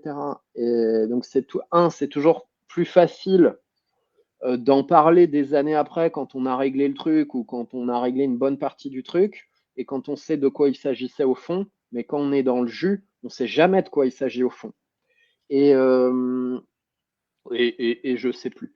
Je rebondis sur les commentaires. Donc Annie, tu disais, on est dans le contrôle pour pas ouvrir la boîte de Pandore. C'est exactement ça. Parce qu'il y a toujours quelque chose en nous qui est persuadé que la boîte de Pandore, ça va être terrible. Et en vrai, ça va être déstabilisant, mais ça va pas être terrible. En tout cas, ça va pas être terrible au niveau vital. Euh, Nirin qui disait, c'est aussi les personnes qui ont le plus peur d'être trahies par les autres, tout en oubliant de voir qu'ils se trahissent depuis longtemps, en essayant de correspondre aux attentes des autres au lieu d'apprendre à connaître qui ils sont. PS, j'en faisais partie de ces gens-là et encore un peu dans certains domaines. Bah déjà, c'est tellement magnifique de le voir parce qu'on en a tous des trucs comme ça. Et tellement, mais tellement de ouf. Donc ouais, bon, écoute, moi je trouve qu'on a assez parlé. Oui, je trouve que c'est voilà, on a bien exposé ce storytelling de la survie et surtout ce mécanisme d'essayer de faire un peu plus de ce qu'on fait déjà, au lieu d'aller voir ce qu'il y a vraiment derrière. T'es une magnifique Oh. personne, Audrey Mella, que j'accepte les virements, les cartes et les chèques. Eh non, désolé, parce que maintenant, je n'ai plus besoin qu'on me cire les pompes. Plus besoin. La sécurité intérieure a été construite, alors évidemment pas parfaitement, hein, mais il y a une sécurité intérieure et il y a aussi plus besoin d'aller chercher à l'extérieur ce qui n'avait pas été construit. Désolé. Et ouais, il y en a plein des protections. Qu'est-ce que tu étais en train de dire là juste avant, Audrey? Ouais, j'étais en train de dire que le storytelling de la survie, la manière que Ah oui, ça y est. nos modes adaptatifs de survie nous parlent, ce que tu appelles aussi les structures de l'ego, ils nous disent euh, inconsciemment, va là, parce que là, tu auras ça et ça, tu en as besoin. Complètement. Et nous, on Et va en pas le voir. On va arriver, on va se dire, ah bah oui, bah je suis dans cette relation, mais je sais pas pourquoi j'y suis. Ah bah tes structures de survie, elles le savent très très bien. Parce que en étant dans cette relation, on fuit quelque chose, on permet d'éviter quelque chose, et on obtient quelques miettes qui permettent de se sentir moins mal que si on était seul.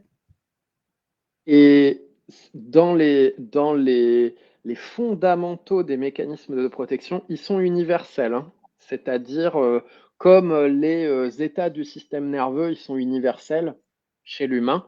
Mais personnellement, on va plus être dans celui-là et un peu dans celui-là et blablabla. Là, c'est la même chose pour les stratégies de protection. Renforcer inconsciemment renforcer ce qui est déjà déséquilibré, c'est tout le monde. Je prends un exemple très très simple. Les gens qui ont une tendance à plus facilement agir que prendre du recul, mais tout dans leur vie, donc tu peux être sûr qu'il y a des mécanismes de protection qui sont mis autour par rapport à des souffrances, etc. Donc il y a un naturel et il y a une préférence naturelle de départ pour, bah moi, a priori, je vais plus dans l'action que dans la prise de recul, et c'est très bien, c'est génial. Tu peux être sûr que derrière, les mécanismes de protection qui sont mis en place pour éviter de toucher des douleurs qu'on a vécues et qu'on n'a pas vécues jusqu'au bout, etc., elles jouent là-dessus et elles te font continuer. Tu penses que sortir de tes problèmes, c'est agir encore plus, agir mieux, nanana, nanana, ça ne fait qu'entretenir ton mécanisme de protection, tu n'en sors jamais. Et à la fin, il y a un truc énorme qui pète dans ta vie, une relation, ta santé, je sais pas quoi. Et là, tu te dis, attends, c'est pas possible, je prends tellement un choc, une tarte, euh, un enfer dans ma vie, là, d'un coup, qu'il y a vraiment un truc qui va pas. Et là, seulement avec l'énergie de ce choc-là, qui est à l'image de l'énergie de ta protection avant, tu envisages de faire différemment, donc en attendant vraiment un drame. Et à l'inverse, des gens comme moi qui vont être plus dans la planification, la réflexion, la stratégie a priori pour être sûr de pas faire de la merde et compagnie. Pareil, qui est un truc juste génial, magnifique. Ouais, sauf que trop, c'est trop. Et moi, mes mécanismes de protection, ils me font croire que si je planifie plus, si je contrôle plus, si je pense mieux, etc., mais c'est pas du tout de ça dont j'ai besoin moi. Justement, et c'est ce qui me fait crever de trouille, moi, à la base, c'est plus dans l'action sans réfléchir que je vais sortir de mes mécanismes de protection. Par contre, ça va me faire tilter plein de fois. Et les gens qui sont plus dans l'action, c'est plus avec de la prise de recul, de la méditation, de la sophrologie, des trucs comme ça, qui vont se sortir de leur mécanisme de protection, qui sont les vrais trucs qui les font souffrir et pas leur situation de vie. Mais en faisant ça, garantie qu'ils vont se chier dessus et ils vont tilter aussi. Donc nos mécanismes de protection, ils font tout pour qu'on se chie pas dessus, tout pour qu'on tilte jamais, mais en fait, on ne fait que répéter la même histoire qui nous fait déjà souffrir en boucle. Il y a juste les visages qui changent et les lieux, mais sinon, c'est tout pareil. Ouais, c'est carrément ça. Et puis des fois, vous avez un double mécanisme. C'est-à-dire, si on regarde au niveau système nerveux, une boucle sympathique dorsale. C'est-à-dire que moi, je vais avoir tendance à être comme Pierre, planifier, planifier, planifier. Puis à un moment, le truc m'échappe et là, il faut que je fuis. Genre, quand j'étais en thèse, j'essayais de faire une thèse absolument excellente, parfaite, nanani, nanana, mais à mon regard à moi, hein, c'est-à-dire qu'on m'avait déjà dit que c'était excellent, que ça renouvelait complètement la structure, enfin la vision qu'on avait des actes médicaux d'urgence, nanani, nanana, mais ça me suffisait pas, c'était jamais assez bien. Et arrivé un moment, eh ben, nous, nos thèses en droit, généralement, on les faisait en 7 ans à l'époque. Et donc, on avait 5 ans de à l'air, à terre, et donc d'enseignants. Et ensuite, on avait les 2 ans de chômage. Sauf que moi, je voyais quoi dans le chômage? J'en voyais la fin, j'en voyais la finitude, j'en voyais que j'aurais jamais fini. Et bah, ça m'a complètement bloqué. Et donc, j'ai fui. Ouh putain, j'ai fui. J'étais terrorisée. Parce que si jamais j'allais soutenir ma thèse en imaginant déjà que j'arrive à la finir, mais qu'en plus, j'étais pas qualifiée en tant que maître de conf, ben, il valait mieux que je sache jamais si j'allais être qualifiée ou pas, plutôt que d'être recalée. Et, euh, et en plus, bah, évidemment, ça ne s'est pas vu la fuite parce que j'ai trouvé un super poste hyper bien payé, qui était vachement prestigieux et tout. Donc, les gens, en regardant ça, ils font oh, bah, elle a fait le bon choix, hein, parce que quand même, Et toi, prof de t'as fac. pas vu la fuite surtout. Ah, Au mais moment moi, où je l'ai tu l'as fait, t'as pas. mais On a l'impression absolument qu'on se pas. respecte. Ah oui, Les mécanismes de protection, les peurs, même des choses qu'on désire, ça peut tellement nous brouiller nos signaux qu'on est là. Ouais, en fait, non, tu sais, je disais ça l'année dernière, mais ce truc-là, ouais, non, ça me parle plus, machin. Ouais, et en fait, ce que la personne dit, soit c'est très sincère, c'est vrai, et je m'aperçois que je m'étais embarqué dans un truc qui au final me parle plus, soit c'est une putain de protection énormissime, tellement énormissime que t'es pas prêt de l'avoir personnellement. Et du coup, tu ah, suis ce truc-là, tu as l'impression de te respecter, et en fait, t'es dans une stratégie d'évitement de ce qui te fait flipper c'est ça. atomique. Et Et c'est j'avais une chaud. super. On se fait trimballer par ça à longueur de journée. Je peux vous dire qu'on se fait grave trimballer, hein. Donc après, le but, c'est de le voir de plus en plus vite, de plus en plus facilement. Du coup, on se fait trimballer moins loin, moins longtemps, moins fréquemment, mais on se fait trimballer, hein. Et puis alors Faut moi pas rêver, hein. j'avais un truc dans les narrations en plus, j'étais très très rationnelle. C'est-à-dire que j'étais allée voir les statistiques de qui avait des postes à cet endroit-là, à Stras, et donc j'avais regardé, j'avais vu, attendu qu'il y a tant de postes, que généralement il y a tant de personnes qui sont prises, que moi j'ai été blacklistée. Parce que j'avais été du côté des élèves, hein, chose qui se fait pas. Donc, il y avait des choses que j'avais prises comme acquises, comme ça, j'allais pas laisser à la vie l'occasion de se dérouler. Il y avait déjà des conclusions pré-tirées sur la vie, et donc mon échec était programmé. Comme il y a ça, ça, ça, ça, de toute façon, bah ça passera pas, je m'en vais. Et ce qui fait que bah c'était vachement bien emballé, hein, c'était très très correctement emballé pour mon entourage, qui a fait ah oui oui c'est très très logique ce que tu dis. Oui, mais en fait il n'y avait pas de logique dessous. Il y avait une énorme peur de me foirer que je ne savais pas du tout et que je n'ai repéré que des années plus tard, hein. J'ai repéré ce mécanisme-là, je crois, ça fait quoi, un an et demi. Donc, un an et demi, ça nous faisait 2021-2022. Ma thèse, je l'ai abandonnée en 2014. Bah, et moi, des trucs que j'ai fait, genre, ah, j'en ai marre, je vais faire serveur et compagnie. Donc il y a des gens qui ont rigolé parce qu'ils sentaient que c'était un énorme mouvement de protection. Bref, j'ai fait serveur. J'ai pris une grosse tarte dans la gueule. Justement, ça a traversé mes protections, ce que j'ai vécu. Et là, c'était le réveil de la force en mode, mais putain, mec, tu fais de la merde. C'est très bien que ton taf, c'est ta passion et tout. Le vrai sujet, c'est tu flippes tellement, tu as tellement peur de ne pas y arriver comme tu veux et compagnie que tu préfères fuir pour pas vivre la réalité, la vraie réalité, au risque que la réalité soit vachement mieux que ce que j'imagine aussi. Mais et moi j'ai fait ça alors que ça faisait déjà 7 ans que mon boulot c'est ma passion et tout. J'ai quand même mis mon boulot sur pause, fait un autre boulot pour me rendre compte que je faisais grave de la merde, mais j'ai dû aller au bout de ma logique de protection pour m'en rendre compte à quel point c'était de la merde. Donc parfois c'est dingue. Et quand on coach, nous on coach là-dessus. C'est-à-dire on va pas se laisser embarquer par vos mécanismes de survie qui vont brouiller ce que vous voulez vraiment pour vous, c'est-à-dire vos vrais désirs, qui va vous faire confondre un désir avec une peur, etc. On passe au travers de ça. Alors, il Bref. y a une question. On n'a pas l'impression d'avoir perdu du temps de sa vie quand on se rend compte de ces choses. Alors, personnellement, non, mais c'est peut-être personnel à moi, je sais pas, mais moi, j'ai pas l'impression d'avoir perdu du temps. Je...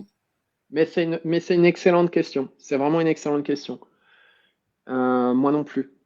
J'ai pas l'impression de perdre du temps, mais je comprends et la question et la tentation de se dire Oui, oui, putain, j'ai perdu du temps. Je sais que je pouvais pas faire autrement. C'est ouais. comme, je sais pas moi, imagine, tu apprends un langage informatique, je sais pas lequel, Java. Bah, c'est facile de se juger en disant que avant de savoir coder en Java, on sait pas coder en Java et on est nul. Mais la vérité, c'est que tant que tu sais pas, tu sais pas. Quand tu sais, tu sais. Par contre, il y a un mouvement de protection qui peut s'inviter et nous charger la mule en mode perfection, du style ah ben tu vois, si tu avais été mieux que qui t'es, eh ben, tu aurais déjà dû le savoir avant de vivre des galères et d'apprendre progressivement à t'en sortir. Ouais, mais bon, on Ouais, apprendra toujours. souvent, en fait, ça, c'est un mouvement du système nerveux qui vient dire, t'as pas été assez bien. C'est pas assez Ouais. bien fait. Et à partir de quoi on est en train de se juger à l'aune de quelque chose qu'on sait maintenant sur une situation où on ignorait tout. Ça ne pouvait pas se passer autrement. Et donc ça, pour moi, c'est plutôt un mouvement du système nerveux pour, c'est un mouvement de protection. Regarde, t'es pas assez bien. Et donc c'est plutôt un truc à aller voir pour moi, cette impression d'avoir perdu du temps et cette impression qui va avec être pas assez bien, avoir manqué de discernement et tout, parce que c'était pas ça. On ne peut pas savoir quelque chose qu'on ignorait parce qu'à ce moment-là, on l'ignorait, c'est un truisme. Mais Et, on ne peut pas juger aujourd'hui un fait d'il y a 10 ans à l'aune de ce que l'on sait et de ce qu'on a traversé aujourd'hui. Moi, je peux pas juger ma relation de 10 ans à l'aune de ce que je connais aujourd'hui parce que à l'époque, ben, ça n'était pas quelque chose que je pouvais percevoir comme je le percevrais aujourd'hui. et pour moi, deux choses, c'est que, bah, trois choses même. On n'a pas l'impression d'avoir perdu du temps dans sa vie. Donc déjà, sortez de l'impression des choses. La vérité. Donc si tu poses la question, c'est qu'il y a un truc qui peut te parler personnellement. Toi, tu sens que tu as perdu du temps sur ces trucs-là ou tu sens pas que tu as perdu du temps? Tu sens que tu n'as pas perdu de temps. C'est à toi de voir cette espèce de vérité crue à l'intérieur de toi qui va dépasser tous les mécanismes possibles. Donc on sort de j'ai l'impression que, je pense que, non, la vérité là, à l'intérieur de toi, tu as perdu du temps ou tu n'as pas perdu du temps? Tu as ta réponse. Ensuite, euh, parfois, on peut sentir qu'on a perdu du temps et que ça nous fout grave les boules et grave le seum. Et c'est pas forcément un mécanisme où on s'en rajoute une couche, on s'auto-humilie, on se culpabilise et tout. Et du coup, ça peut aussi être un carburant en mode la vérité, j'ai perdu du temps, c'est douloureux pour moi, ça me fait mal au cul. Justement parce que j'ai perdu du temps et que ça me fait mal au cul, je ne vais pas faire dans le futur ce que j'ai fait dans le passé. Et je vais faire quelque chose qui me ressemble plus et où je me respecte plus et où je fais plus ce que je sens. Donc ça peut être très extrêmement positif aussi. Toujours pareil comme tous les phénomènes. S'il y avait une recette de cuisine, tel truc, bah la réponse c'est tel truc. Il n'y a plus besoin d'accompagnant, il n'y a plus besoin. On écrit un bouquin de dev perso, tout le monde le lit, tout le monde l'applique, tout le monde est heureux. C'est pas comme ça que ça marche. C'est toujours la lucidité. ça vient d'un mécanisme de protection ou ça vient de mon moi naturel pas conditionné? Bah, pour le savoir, faut aller voir et ressentir le truc. On peut jamais savoir théoriquement a priori. Donc n'importe quel phénomène, ça peut être de la grosse merde comme ça peut être génial. Tant qu'on va pas dans le fond des choses, c'est impossible. Et le fond des choses, il n'est pas stéréotypé. Euh, voilà. Ouais, je suis tout à fait d'accord avec ça. On clôt? Oui, tout à fait. On a été très content de vous avoir. La semaine prochaine, alors attends, je regarde, je sais plus si c'est lundi ou mardi. Non, c'est lundi.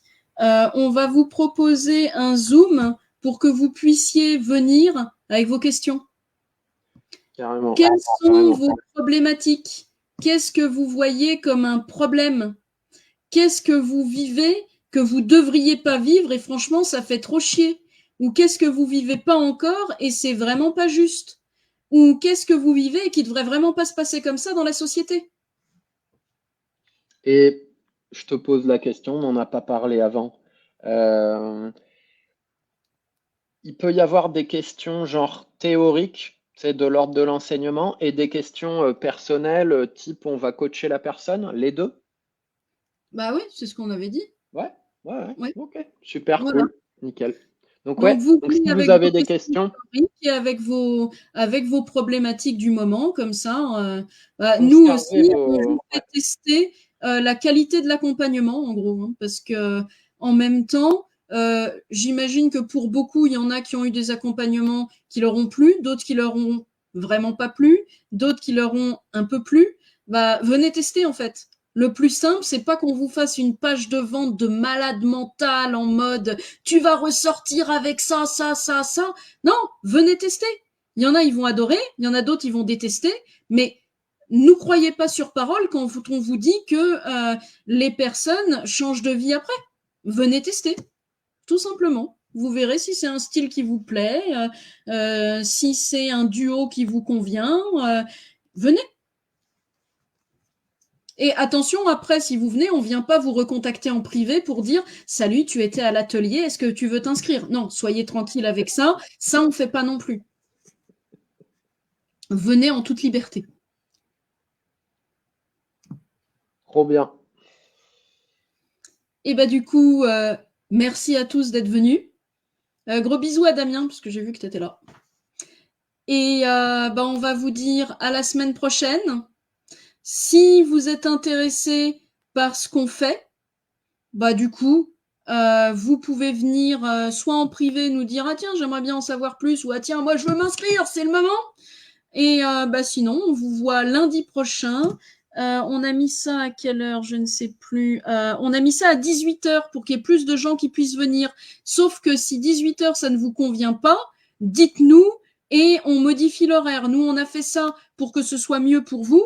Mais si jamais ça n'est pas mieux pour vous, alors moi j'ai un truc de 15 à 16h30, donc ça peut pas être de 15 à 16h30, mais avant ou après. Ouais, ouais, carrément, parce que là, comme on va être en coaching live, là, on était plus dans de l'enseignement quelque part, même s'il y avait des commentaires, et merci pour les commentaires, franchement, et la qualité des commentaires. Là, comme on va être dans de l'interaction directe en visio entre ensemble et la personne coachée et les accompagnants, on peut pas faire ça à des horaires où vous n'êtes pas là. Alors Manon, 12 heures au Québec. Alors je sais pas combien on a de différence avec le Québec. Je crois que c'est 6 heures ou 7 heures. C'est 6, ça dépend de heure d'été, heure d'hiver, mais c'est 6 en moyenne, ouais. Moins 6, je crois. Ouais, moins 6, c'est ça, c'est moins, ça c'est sûr. Quand nous on est l'après-midi, vous vous êtes le matin. Mm. Et bien du coup, on vous dit à bientôt. On a été très content de vous avoir là. Merci pour les commentaires, même si on n'a pas eu le temps de rebondir sur tout. Et bah Olivier, t'as vu la fin, tu peux revenir, on a le truc en replay, donc c'est sur le mur de pierre, sur mon mur et dans mon groupe. Et vous n'hésitez pas, s'il y a des commentaires, des questions pendant le replay, vous les posez et on y répondra toujours. Donc, Voilà. good. Bah, merci Et beaucoup. n'oubliez pas de nous taguer, parce que sinon, on va pas forcément voir les commentaires. Donc, taguez Ouais. @Pierre, @Audrey pour poser la question. Eh bien, passez une excellente journée. À Merci. bientôt! À bientôt. Bisous.